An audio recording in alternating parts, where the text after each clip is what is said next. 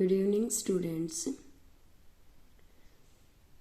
In the last videos, we discussed about IPSC naming of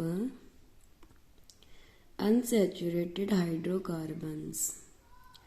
Today we discuss a new concept that is functional group. सबसे पहले हम functional group को define करते हैं. Functional group होते क्या हैं? Functional group is an atom और group of atoms which attach with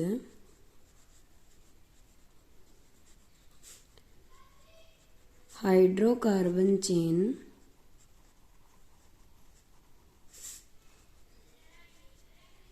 by replacing hydrogen atom and change the chemical properties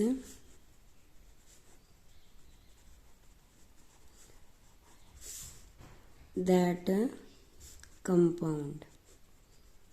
यानी हमारे पास जो फंक्शनल ग्रुप्स होते हैं वो हमारे पास एक एटम भी हो सकता है या फिर कई एटम्स का ग्रुप भी हो सकता है जो किसी पर्टिकुलर हाइड्रोकार्बन के साथ अटैच होकर उस हाइड्रोकार्बन की केमिकल प्रॉपर्टीज को चेंज कर देते हैं. जैसे हमारे पास कोई भी अल्केन होती है RH. अब यहाँ हम एक H को सब्स्टिट्यूट करवा देते हैं किसी ग्रुप या किसी एटम से, तो हमारे पास नया कंपाउंड जनरेट होता है दैट इज RG. R हमारे पास कोई भी अल्काइल चेन है और G उस पे कोई एटम या फिर ग्रुप ऑफ एटम अटैच हो रखा है, जिससे जो पर्टिकुलर हाइड्रोकार्बन था उसकी केमिकल प्रॉपर्टीज और जो नया हमारे पास कंपाउंड जनरेट हुआ है इसकी प्रॉपर्टीज बिल्कुल डिफरेंट होती हैं. जितनी भी रिएक्शंस हैं वो इस पर्टिकुलर फंक्शनल ग्रुप पे डिपेंड करती हैं कि हमारा जो ये ग्रुप है ये किस तरीके का है और ये किस तरीके से रिएक्शंस शो करेगा. जैसे हमारे पास बहुत सारे फंक्शनल ग्रुप्स होते हैं, हम उनको डिस्कस करते हैं. सबसे पहले आता है जैसे हमारे पास हैलोजेंस. जैसे सबसे पहले हम डिस्कस करते हैं हैलोजेंस. हैलोजेंस जनरली हम जो हमारे पास ग्रुप 17 है उस ग्रुप 17 के एलिमेंट्स को, जो कि हमारे पास है फ्लोरीन, क्लोरीन, ब्रोमीन, आयोडीन, इन सभी को हम हैलोजेंस बोलते हैं और इनको डिनोट करते हैं X से.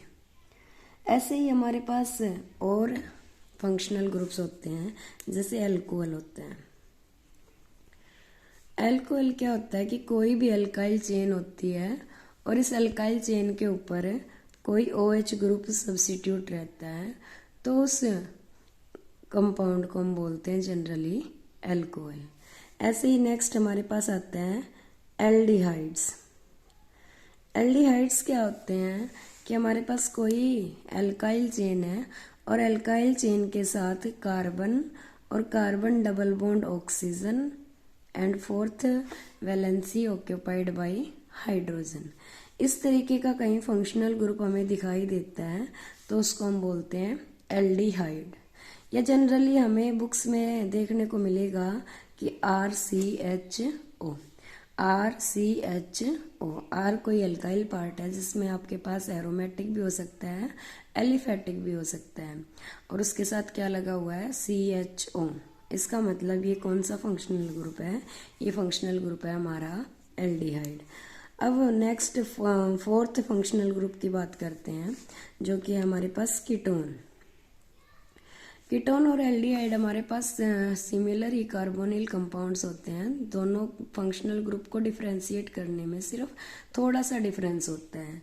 कीटोन्स का जनरल रिप्रेजेंटेशन होता है RC+O R'.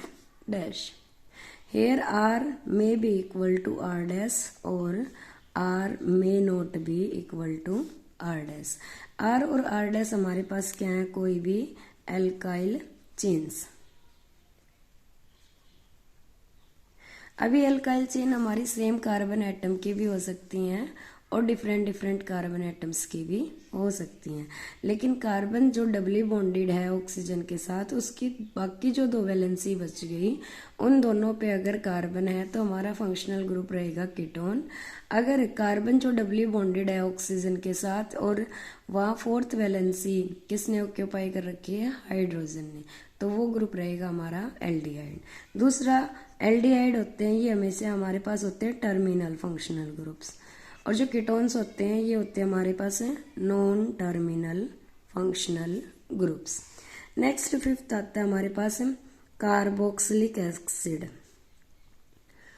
Carboxylic acid, carboxylic acid की जनरल रिप्रेजेंटेशन होती है RC डबल बॉन्ड OH, यानी कि एक साइड अल्काइल चेन है, कार्बन है वो डबल बॉन्ड ऑक्सीजन से है, और जो नेक्स्ट फोर्थ वैलेंसी कार्बन की है उस पर क्या लगा हुआ है, OH ग्रुप।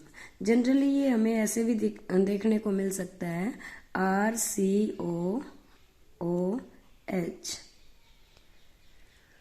तो ये होता है हमारे पास carboxylic acid group.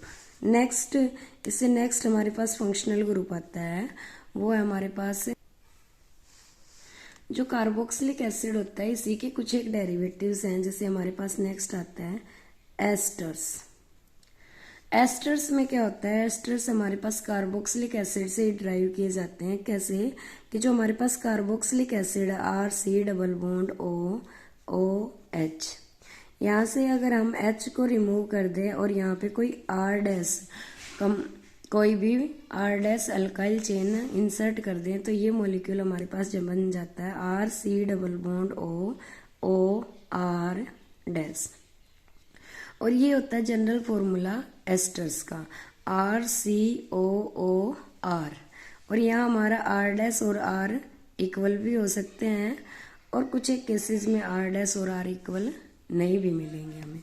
Next carboxylic acid का ही एक डेरिवेटिव आता है, वो होता है हमारे पास amide, acid amide. Acid amide में क्या होता है कि जो हमारे पास कार्बोक्सिलिक एसिड है RC डबल बॉन्ड OH, यहाँ से अगर हम OH को रिप्लेस करवा देते हैं किसी अमाइन ग्रुप NH2 से, तो यहाँ हमारे पास ये जनरेट हो जाता है RC डबल बॉन्ड NH2। और इस टाइप के कंपाउंड्स जो इस फंक्शनल ग्रुप को कंटेन करते हैं उनको बोलते हैं हम अमाइड्स। ऐसे ही हमारे पास एक और कार्बोक्सिलिक एसिड का ही डेरिवेटिव होता है, वो है हमारे पास एसिड हैलाइड्स। एसिड हैलाइड्स में क्या होता है, वही सेम कार्बोक्सिलिक एसिड है, और कार्बोक्सिलिक एसिड में से OH को अगर हम किसी हैलोजन से रिप्लेस करवा देते हैं तो वो हमारा बन जाता है एसिड हैलाइड। ऐसे ही हमारे पास नेक्स्ट फंक्शनल ग्रुप आता है जिसको हम बोल सकते हैं अमाइंस। अमाइंस में जनरली क्या होता है, अमाइन के लिए जो फंक्शनल ग्रुप होता है वो होता है NH2। जनरली अमाइंस की रिप्रेजेंटेशन हमें इस तरीके से देखने को मिलेगी RNH2, या कभी कभी ऐसा भी मिल सकता है RNHR-, या फिर तीसरा केस ऐसा भी हो सकता है RNR-R-, यानी कि यहाँ हमारे पास दो हाइड्रोजन थे, एक अल्काइल चेन थी। इस तरीके के जो अमाइंस होते हैं उनको हम बोलते हैं generally 1 degree amines, primary amines. जहाँ हमारे पास दो अल्काइल चेन नाइट्रोजन से जुड़ी हुई होती हैं वो होते हैं हमारे पास 2 डिग्री अमाइंस, और जहाँ 3 कार्बन चेन किसी नाइट्रोजन से जुड़ी हुई होंगी तो वो कहलाएंगे 3 डिग्री अमाइंस। लेकिन अमाइंस के लिए हमारे पास एक जनरल रिप्रेजेंटेशन रहेगी, वो रहेगी RNH2। अब हाइड्रोजन को हम रिप्लेस करवा सकते हैं किसी भी अल्काइल चेन से। ऐसे ही नेक्स्ट फंक्शनल ग्रुप आता है हमारे पास ईथर। ईथर की जो जनरल रिप्रेजेंटेशन होती है वो होती है हमारे पास ROR-। Same here R may be equal to R- और R may not be equal to R-। लेकिन हमारे पास क्या मिलेगा, कार्बन ऑक्सीजन कार्बन बॉन्ड, इस तरीके का कहीं भी बॉन्ड फॉर्मेशन आपको दिखाई देता है तो वो फंक्शनल ग्रुप रहेगा हमारा ईथर। ऐसे ही नेक्स्ट फंक्शनल ग्रुप आता है हमारे पास, दैट इज साइनाइड्स। साइनाइड्स या फिर हम उसी को बोलते हैं नाइट्राइल्स।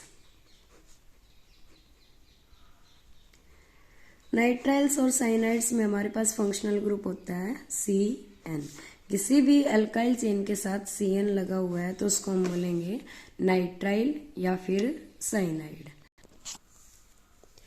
ऐसे हमारे पास नेक्स्ट फंक्शनल ग्रुप आता है, वो है हमारे पास थायो अल्कोहल, या जिसको हम बोलते हैं थायोल्स, या इसी को हम बोलते हैं थायो एल्कोहल। थायो एल्कोहल्स कहीं ना कहीं अल्कोहल से ही रिलेटेड होते हैं। अल्कोहल्स में जनरली हमारे पास होता है ROH बॉन्ड, और थायो एल्कोहल में ROH बॉन्ड की जगह यहाँ ऑक्सीजन की जगह सल्फर एटम आ जाता है RSH। तो जहाँ हमें SH फंक्शनल ग्रुप दिखाई दे वो होते हैं हमारे थायो एल्कोहल्स। ऐसे ही हमारे पास एक ईथर होता है और दूसरा होता है थायो ईथर। थायो ईथर्स में क्या होता है, ईथर जनरली अभी बताया था ROR होते हैं। ऐसे यहाँ ऑक्सीजन को रिप्लेस कर दिया जाता है सल्फर से। जो नया हमारे पास केमिकल फॉर्मेशन होगी वो रहेगी RSR, और जहाँ S के थ्रू दोनों अल्काइल चेन्स जुड़ी हुई होती हैं उनको बोलते हैं थायो ईथर्स। ऐसे ही हमारे पास थायो एल्डिहाइड भी होता है। एल्डिहाइड में हमारे पास जनरली होता है RC डबल बॉन्ड OH, और यहाँ पे डबल बॉन्ड ऑक्सीजन को रिप्लेस कर दिया जाए सल्फर से तो नया केमिकल फॉर्मेशन होता है RC डबल बॉन्ड SH, और इसको हम बोलते हैं थायो एल्डिहाइड्स। ऐसे ही हमारे पास नेक्स्ट सेम में ऐसा हो सकता है थायो कीटोन्स। कीटोन्स में जनरली हमारे पास होता है RC डबल बॉन्ड OR। अब यहाँ डबल बॉन्ड O को अगर हम सल्फर से रिप्लेस करवा देते हैं तो ये हमारे पास नई फॉर्मेशन हो जाती है RC डबल बॉन्ड SR, और इस तरीके के कंपाउंड्स को हम बोलते हैं थायो कीटोन्स। बचे हैं जैसे कि हमारे पास होता है आइसोसाइनाइड। आइसोसाइनाइड्स होते हैं वो कुछ एक साइनाइड जैसे ही होते हैं। जैसे साइनाइड में होता है carbon triple bond with nitrogen and carbon attach with any alkyl part. Isocyanide में इससे अपोजिट होता है, जो कार्बन है वो जुड़ी रहती है नाइट्रोजन से, और जो नाइट्रोजन है वो ट्रिपली बॉन्डेड रहता है कार्बन के साथ, और यहाँ एक बॉन्ड होता है हमारे पास कोऑर्डिनेट बॉन्ड। इस तरीके का कहीं भी अरेंजमेंट होता है वहाँ फंक्शनल ग्रुप रहता है आइसोसाइनाइड। ऐसे हमारे पास एक और नया फंक्शनल ग्रुप आता है नाइट्रो। नाइट्रो में हमारे पास होता है NO2। अगर अल्काइल चेन के साथ NO2 लगा होता है तो वो सारे कंपाउंड्स हमारे होते हैं नाइट्रो कंपाउंड्स। ये थे हमारे पास सभी फंक्शनल ग्रुप्स जो हमने अभी सिर्फ स्टडी की कि फंक्शनल ग्रुप्स क्या होते हैं। आगे जो अभी वीडियोस आएंगी उन सभी वीडियोस में हम इन सभी फंक्शनल ग्रुप्स की 1 by 1 IUPAC नेमिंग स्टडी करेंगे। Okay, thank you.